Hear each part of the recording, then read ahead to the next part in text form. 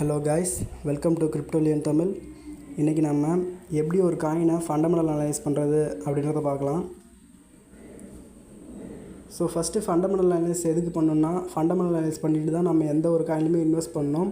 So அது எப்படி பண்ணுறதுன்றது தான் இன்றைக்கி பார்க்க போகிறோம்.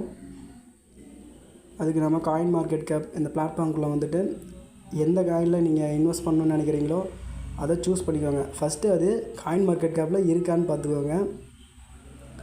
ஸோ எக்ஸாம்பிளுக்கு நான்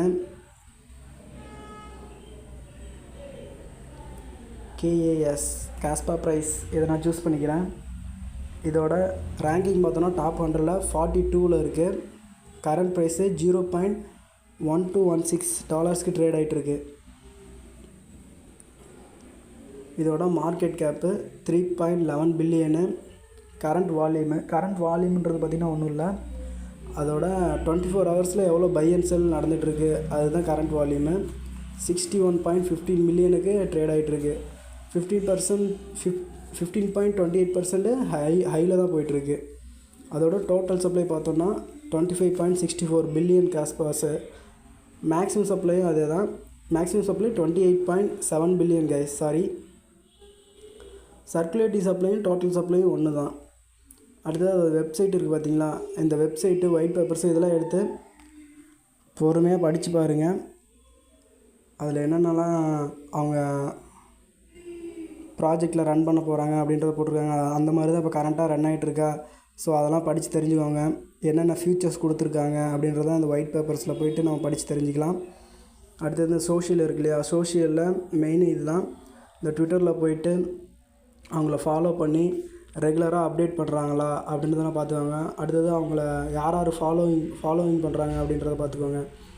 கிரிப்டோ ப்ரோ ஸ்டைலு, நிக் ஃபிஷர், இவங்கெல்லாம் கொஞ்சம் ஹை வேல்யூடு பர்சன். இவங்களே இவங்களை ஃபாலோ பண்ணுறாங்கன்னா இதெல்லாம் கொஞ்சம் பார்த்துக்கலாம். ஏன்னா நான்லாம் இவங்களெலாம் ஃபாலோ பண்ணிகிட்ருக்கேன். இவங்களை ஃபாலோ பண்ணுறாங்கன்னா இந்த ப்ராஜெக்ட்லாம் கொஞ்சம் தெளிவான ப்ராஜெக்ட் தான் அப்படின்றத நம்ம புரிஞ்சுக்கலாம். நெக்ஸ்ட்டு மெயினாக இந்த வெரிஃபைட் டிக் இருக்கான்னு பார்த்துக்கோங்க. மோஸ்ட்லி வெரிஃபைட் டிக் இல்லைன்னா அந்த மாதிரி வெரிஃபைட் டிக் கொடுக்குறாங்கனாங்க அவங்க கொஞ்சம் ட்ரஸ்ட்ஃபுல்லான ப்ராஜெக்ட் தான் அப்படின்றத நம்ம கன்சிடர் பண்ணிக்கலாம்.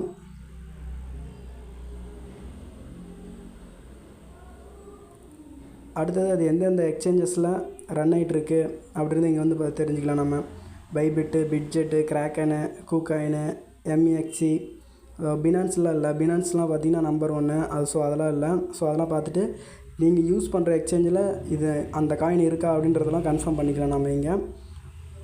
அடுத்து இந்த மோர் இன்ஃபர்மேஷன் இருக்குது இல்லையா, இதை கிளிக் பண்ணோன்னா இது ரொம்ப இம்பார்ட்டன்ட் கைஸ். ஆல் டைம் ஹையில் இந்த காயின் எவ்வளோ போயிட்டுருக்கு, 0.2075க்கு. ஆல் டைம் லோ எவ்வளோ போயிட்டு இருந்துருக்கு, 0.000169க்கு ட்ரேட் ஆகிட்டு இருந்துருக்கு கைஸ். எப்போது 3 years ago. All time high வந்து 6 மந்த் எகோ போயிருக்கு. ஸோ இதை வந்து நம்ம தெரிஞ்சுக்கிட்டனாவே எப்போ இன்வெஸ்ட் பண்ணுறது, எப்போ பை அண்ட் செல் பண்ணுறதுன்றத நமக்கு ஓரளவுக்கு நமக்கு புரியும். எந்த டைமில் லோவில் இருந்துருக்கு, எந்த டைமில் ஹையில் இருந்துருக்குன்னு நம்ம தெரிஞ்சுக்கலாம். இது பிளாட்ஃபார்ம் பார்த்துட்டோம். அதோட நியூஸ் இங்கே வந்து படித்து தெரிஞ்சுக்கலாம். பாருங்களேன், காயின் மார்க்கெட் கேப்பில் ஒரு காயினோட டோட்டல் ஹிஸ்ட்ரியுமே நம்ம தெரிஞ்சுக்கலாம். அதோட நியூஸ், கரண்ட் நியூஸு எப்போ வரைக்கும் வந்திருக்கு அதெல்லாம் நம்ம படித்து தெரிஞ்சுக்கலாம். இங்கே நம்ம கீழே வந்தோம்னா